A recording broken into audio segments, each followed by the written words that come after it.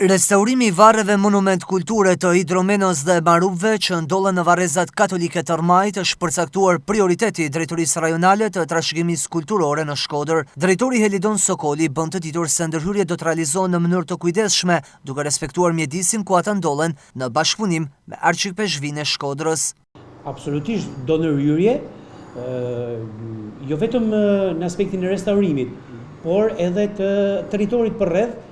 Do një farë risistemimi, një farë rikualifikimi, kjo në bashkëpunim edhe me Arqipeshvinë, për të bërë të mundur që këta dy varre të këtyre dy personaliteteve të jenë të evidentueshme dhe të kenë vlerë për qytetin.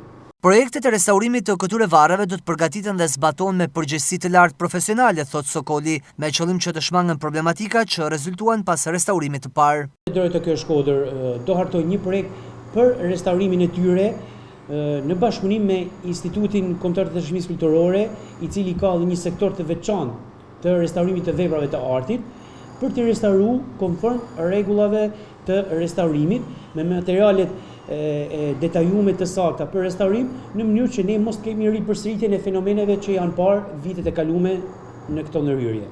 Varret e Hidromenos dhe Maruvve janë restauruar fillimisht në vitin 2015, por vetëm pas pak muajsh punimet e kryera u dëmtuan. Kjo situatë solli një histori të gjatë debatesh me Ministrinë e Kulturës, ku u kërkuar rikthimi i projektit për restaurim, por mbeti i pasgjidhur përcaktimi i fondeve shtesë. Megjithatë, ky problem tashmë është e kaluar dhe Drejtoria Rajonale e Trashëgimisë Kulturore e ka përfshirë restaurimin e këtyre monumenteve në listën e prioriteteve të saj për vitin 2026.